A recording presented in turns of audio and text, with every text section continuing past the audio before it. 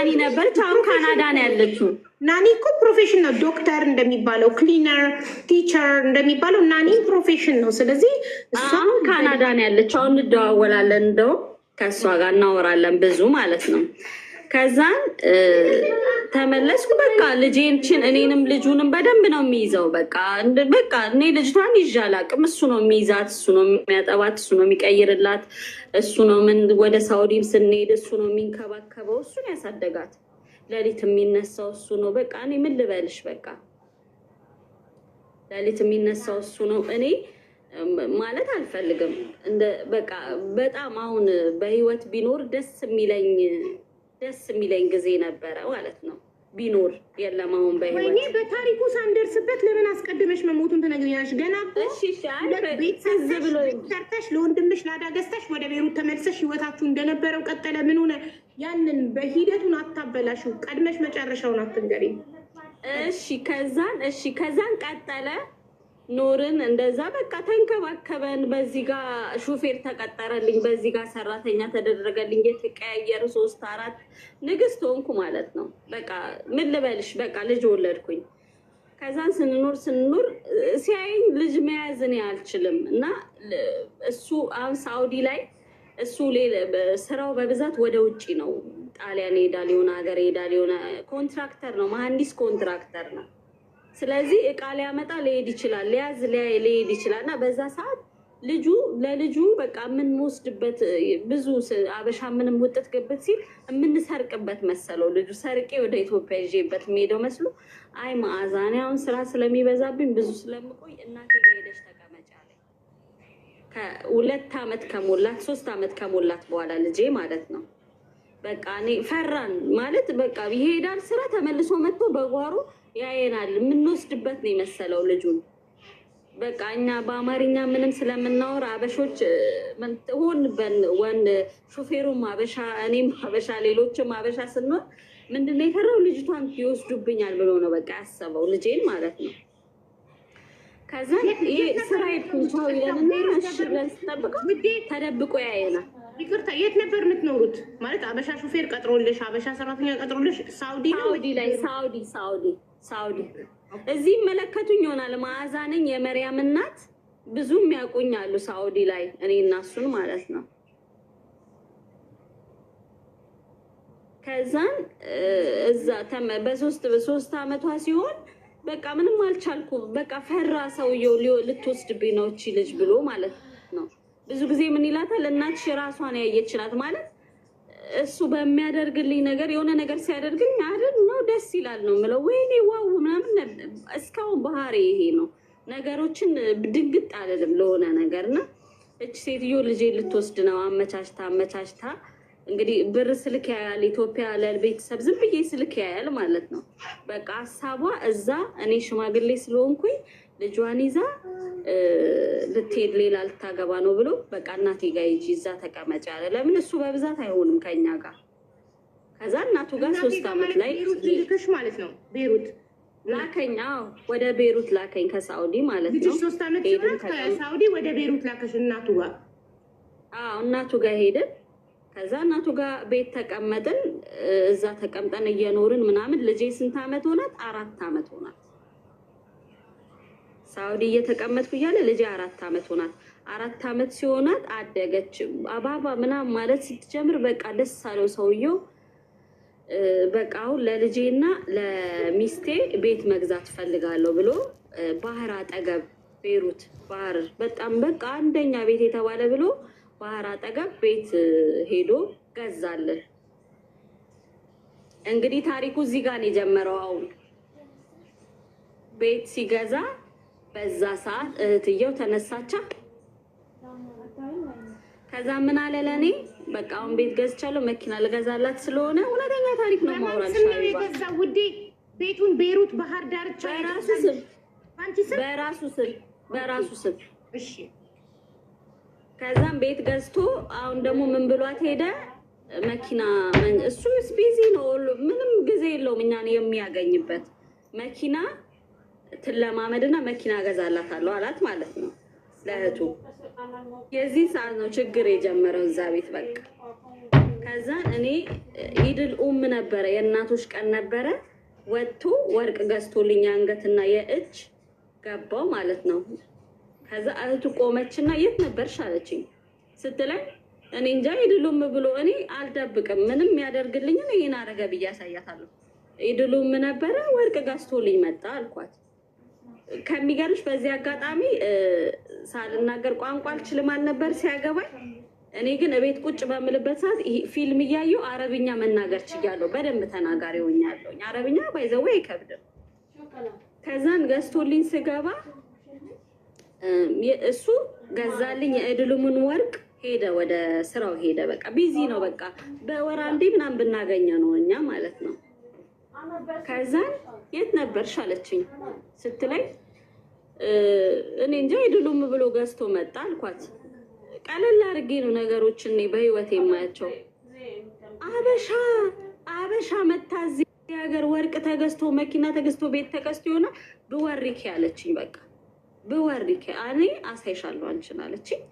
ከዛ በኋላ መተኛት መቀመጥ በቃ ተሰቃየው በቃ ትልከኝና ልጇን ይኸውልሽ ትልከኝና ልጇን አትወድም ውጪ ናት ያለችው ትለኝ። እሷ ልካኝ ማለት ነው። ስመለስ እሱ ይደውልና እኔ አውቃለሁ ኢትዮጵያኖች ልጅ እንደማትወዱ እኮ ማለት ሰውየው ለልጁ ካለው ፍቅር አባባሌ ገበረ ለልጁ ካለው ፍቅር ልጁን ትንሽ ነገር እንከን እንዲጎልባት አይፈልግም እሱ። እንግዲህ እኔን የሚያውቁኝ ካሉ ያውቃሉ ስለ ልጁ ያለው አመለካከት ሳውዲ ላይ ያሉ ያውቃሉ ኢትዮጵያኖች። ከዛ አትወድም ትሏለች። በመሀላችን ችግር መፍጠር ጀመረች ማለት ነው። እሱ ይደውልና አንቺ እኔ ያውቃለሁ ኢትዮጵያኖች ልጅ አትወዱም እኮ ማን ያለህ እንዴ? እኛ እንዴት ልጅ አንወድም? እንዴት እንዲህ ልትል ትችላለህ? እኔ ግራ ይገባኛል። በቃ እኔ ከኢትዮጵያ ነው የመጣሁት። እንትን በቃ መጨረሻ ላይ የሆነ ሰዓት ላይ ልብስ ጠቢ ያለችኝ ማለት ነው። ልብስ እሺ አልኳት። ልብሱ ይኸውልሽ እንደዚህ ባልኮን ላይ ያለሽ ወይ ሳውዲ አረቢያ ያላችሁ ባልሽ አበሻ ሹፌር እና አበሻ ሰራተኛ ቀጥሮልሽ ነበር። ቤሩት ስትመለሽ በራስሽ ቤት እየኖርሽ እህቱ አብራሽ ትኖራለች አንቺ ቤት ውስጥ? አይደለም እሱ እናቱ የገዛላት ቤት አለች። እኔ የምኖረው እናቱ ቤት ነው። ቤቱ ተገዛ ገና ቤቱ እየታደሰ ነው። ውስጡ አልገባንበትም እኛ። ስለዚህ አንቺ የምትኖሪው እናቱ ቤት ውስጥ ነው። እናቱ ቤት ውስጥ ነው። ቤቱን ገዛ። ሰራተኛ አላቸው። ስሪላንካ አለች። ኦኬ እሷ እያለች ነው አንቺ ልብስ ጠቢ የምትልሽ እህቱ? አዎ ነገር ተጀመረ። በቃ እኔ ገባሁ። መኪና ተባለ፣ ቤት ተገዛ፣ ያ ወርቅ ተገዛ። እንዴት ሀበሻ ኪፍ አለችኝ። ኪፍ ሀበሽዬ መኪና ቤሩት ላይ ስትነዳ ትታያለች አለችኝ። እንዴት ሀበሻ እኮ እዚህ ሀገር ለሰራተኛ ብቻ ነው የምትመጡት አለችኝ።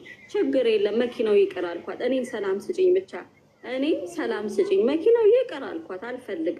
እኔ አልፈልግም መኪናውን። በቃ እኔም ብቻ ሰላም ስጭኝ አንቺ። እኔ ሰላም የምፈልግ ልጅ ነኝ። በቃ ተይው አልኳት። ከዛ ምን ትናለች?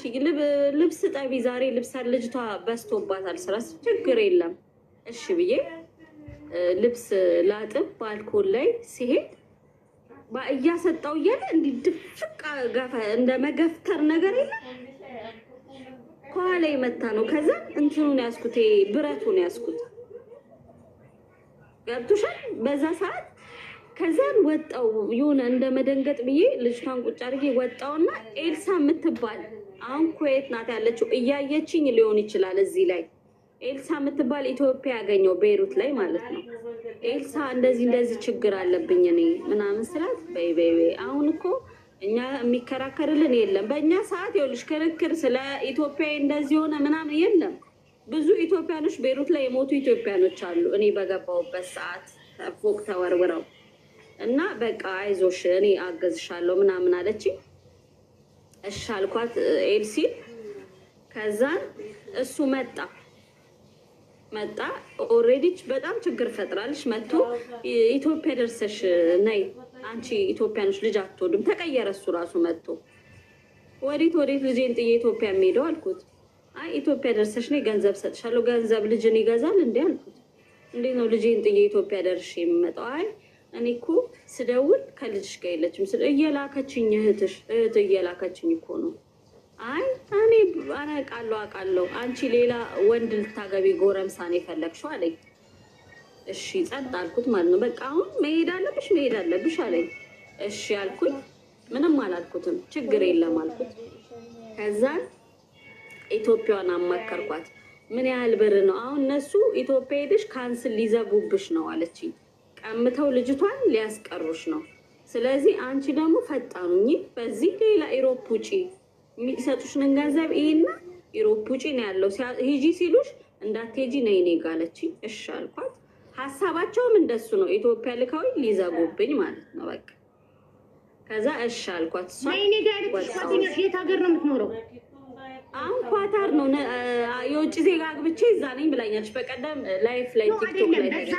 በዛን ሰዓት ወደ ኢትዮጵያ እንጂ እሺ እንዳትያቸው ሊከነስሉሽ ነው፣ ተመለሰሽ እንዳትመጪ ልጅሽን እንዳትወስጂ ሊያደርጉሽ ነው ስትልሽ፣ እሷ በዛን ሰዓት እዛው ቤይሩት ነው የምትኖረው።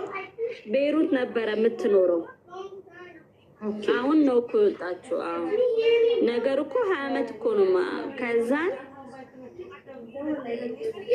በኋላ እሷ በቃ በዚህ ትሄጃለሽ ችግር የለም አለችኝ ማለት ነው። እኔ አስተካከለችልኝ።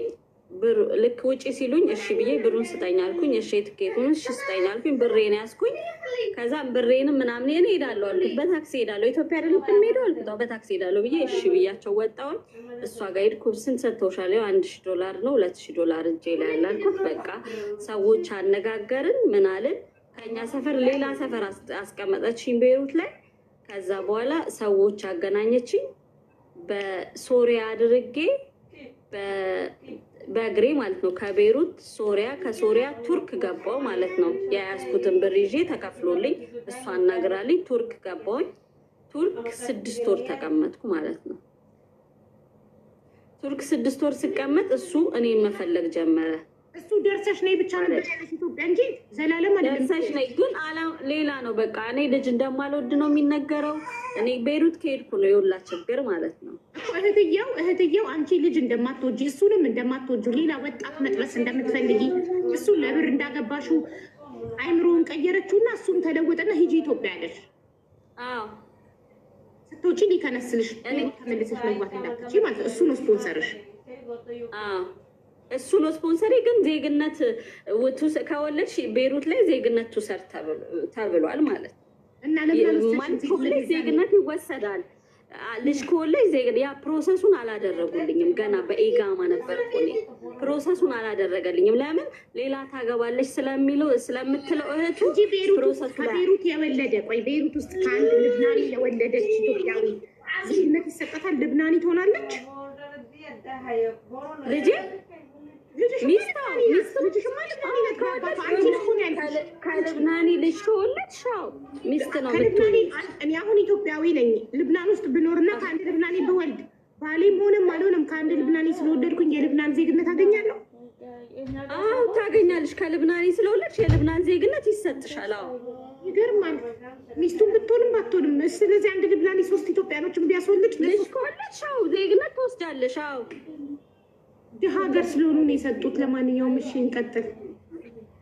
ከዛም በኋላ ኤልሳ ጨረሰችልኝ። እኔ ቱርክ ገባው ማለት ነው። ቱርክ 6 ወር ስትቀመጪ እሱ እያፈላለገሽ እሱ ጋር ነው ያቆምነው። ቱርክ 6 ወር ስትቀመጪ ከዛን እኔ መሰለው ኢትዮጵያ የገባው ነው የመሰለው። እኔ ደግሞ ኤልሳ ደግሞ አሰበችው ይሄ ነገር እቺ ልጇን ቀምቶ ከኢትዮጵያ ልመለስ ብትይ አትመለሽም። ከባድ ነው ኑሮ ምኑም ስታስበው ኢሮፕ ሄደሽ ኢሮፕ ደርሰሽ ከዛም በኋላ ኢሮፕ ወረቀት ይዘሽ ልጅሽን ትቀበያለሽ አለች ማለት ነው። እሷ በቃ እሷ ያሰበችው ከበድ አድርገው ነገሩን። ኢትዮጵያ ላይ ብዙ ኢትዮጵያኖች ያው ልጅ እየተወሰደ ምናምን ታውቂያለሽ፣ ብዙ ችግር አለ አንዳንድ ቦታ ላይ። ያንን ያሰበችው ስለኔ ማለት ነው።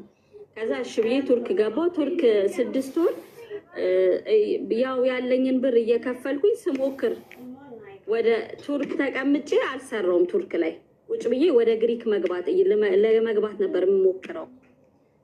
ከዛ ግሪክ ለመግባት ስወጣ በጫካ ስንሄድ ስንተኛ ጫካ ውስጥ ዝናብ ላያችን ሲደበድበን ልክ ቦርደር ላይ ልንደርስ ስንል የቱርክ ፖሊሲ ይዘንና 15 ቀን እንታሰራለን።